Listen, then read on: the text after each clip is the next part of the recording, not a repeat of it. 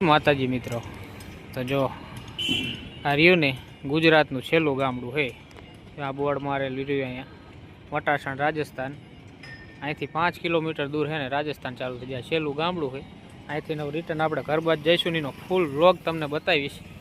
છેલ્લા ગામ છે આપણે ગુજરાતના. તો આ ગેટ છે. આ રોડ રહ્યો 5 કિલોમીટર આમ હાલો ને એટલે સીધું જ તમારે છે ને રાજસ્થાન લાગી જાય. અને જો સામે બેરિકેડ પડ્યા ને ત્યાં થોડુંક પોલીસ ચેકિંગ હોય, કારણ કે રાજસ્થાનથી લોકો આવે ને એ અહીં કણે ચેકિંગ થોડું ઘણું થતું હોય.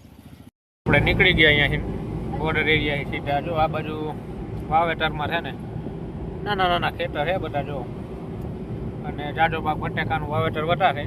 આ રોડ આપણે સીધો હવે ડીસા લેવાનો છે. સીધું ડીસા હટશે આ રોડ, સિંગલ પટ્ટી ડીસા જઈને તમને દેખાડું. એરિયો હોવાથી છે ને તમને ચેકપોસ્ટ વધારે જોવા જડે. ચેકપોસ્ટ આવે ગામડે ગામડે, કારણ કે બોર્ડર રાજસ્થાન નજીક લાગે ને એના હિસાબે. આગ માતા મંદિર અહીં ક્યાં છે, આગ માતાનું મંદિર. વિઠોદર પહોંચ્યા આપણે, વિઠોદર ધાનેરાવાળા રોડે ચડી ગયા છે. સીધું આપણે ડીસા આવશે, કારણ કે આજ ફૂલ ટ્રાફિક એનું કારણ કાલ બી છે, એટલે રણુજા જવાવાળા બધા લગભગ આ રોડ ઉપર હાલતા હશે. રાધનપુર ધાનેરાવાળો હાઈવે ચડી ગયા છે. હામુરી ડીસા કાંઠે આ બનાસ નદી, જેવા બનાસ નદી આમે જેવું ડીસા આપણે સીધો પાટણ વાળો લઈશું.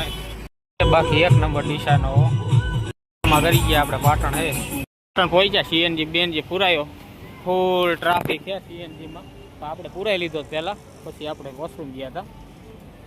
પાટણથી ચાળસમાં વાળો રોડ લીધો છે. રોડ છે એક નંબર. અત્યાર લગીનમાં સારામાં સારો રોડ રહ્યો ના આવ્યો આપણે. બહુ મસ્ત રોડ છે, પણ ટુકડો જ આવશે ચાળસમાં લગી. બહુચરનું સાનિધ્ય બહુચરાજી પહોંચી ગયા રિટર્નમાં આપણે. જો હવે અહીંથી સીધું વિઠલાપુરથી વરમોર વાળો રોડ લઈ લઈશું. વિઠલાપુરથી આપણે વરમોર વાળો રોડ લઈ લીધો, કારણ કે ડાયરેક્ટ બહુચરાજીથી ખરાબ છે રોડ, અને આપણે વિઠલાપુર થોડું કામ હતું એટલે વિઠલાપુરથી સીધો વરમોર, સીધો આ દસાડા નીકળશે ગોપાલ હોટલે. 2 દી થઈ ગયા આપણે બ્લોગ એન્ડિંગ જ નથી કર્યો. ત્યાંથી આવતા રહ્યા તે પછી ઘણું કામ કરી નાખ્યું, બ્લોગ એન્ડ નથી કર્યો.